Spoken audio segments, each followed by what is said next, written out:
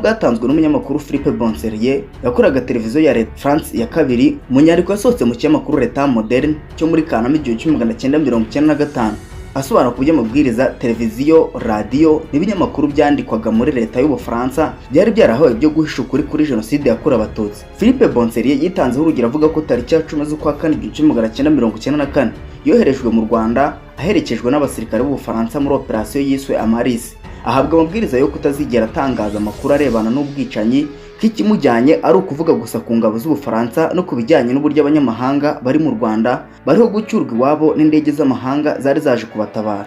Yabyanditse muri aya magambo: kuki banyohereje mu Rwanda, amabwiriza nahawe n'ubuyobozi bwanjye ntiyacaga ku ruhande. Nanoreje gukurikirana gusa ku bijyanye no gucyura abanyamahanga, by'umwihariko gucyura Abafaransa. Abafaransa niyo yari intego, Abanyarwanda ntibari bitaweho, ku bwanjye kikaba cyari ikintu kimbabaje. Umwe mu bayobozi banjye muri serivisi y'itangazamakuru usanzwe uziho kudaca ibintu ku ruhande yarambwiye ngo ugiye gukurikirana amakuru ajyanye no gucyura abanyamahanga baba mu Rwanda, ntabwo tukohereje gukurikirana no gutangaza amakuru ajyanye n'abirabura bicana hagati yabo, uko biri kose ubwo bwicanyi ntawe bwitayeho.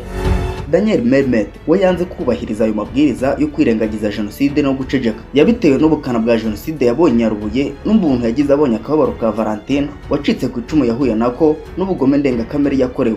Daniel yafashe ubuhamya bw'abacitse ku icumu yasanze Nyarubuye, yiyemeza kujya agaruka kenshi mu Rwanda no gutangaza amateka n'uko yabonye. Ubutwari bwe bwatumye benshi basobanukirwa, kuko Abafaransa ntibari bake bari bazi ko ibiri kubera mu Rwanda ari intambara hagati y'amoko, bitewe n'uko guverinoma ya Kambanda yakoraga jenoside. Inama y'umuryango w'abibumbye ishinzwe amahoro ku isi yafashe icyemezo nimero 997 cyo kuwa 17 z'ukwa gatanu 1994 cyo kuyikorera icyitwa embargo. Ni ukuvuga icyemezo kibuza ibihugu byose kongera kuyiha intwaro cyangwa kuyemerera kugura intwaro. Bimwe mu bihugu ntibyubahirije icyemezo. Guverinoma ya Kambanda nayo yakoresha amayeri yo gukwepa icyo cyemezo kugira ngo ishobore gukomeza kugura intwaro n'amasasu yo gukora jenoside. Ni muri urwo rwego Colonel Bagosora yagiye mu gihugu cya Seychelles kugura intwaro, yihinduye umusirikare mukuru mu ngabo za Zaire yaje guhinduka Kongo. Yifashishije umucuruzi ukomoka muri Afurika y'Epfo witwa Petras Weiren wari uzobereye mu bucuruzi bw'intwaro. Guverinoma ya Kambanda yakoranye amasezerano nawe, akari nawe wahawe ayo mafaranga yo kugura izo ntwaro amunyuzwaho.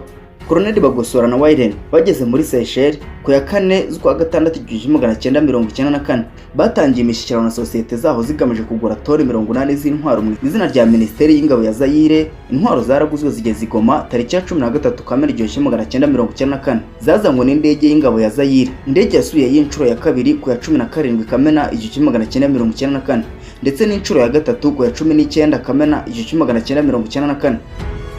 Icyemezo cy'indege cyemereraga iyo ndege y'ingabo ya Zaire kujya muri Seychelles kuzana izo ntwaro cyashyizweho umukono na General Baoko Yaka wari minisitiri wungirije wa Zaire.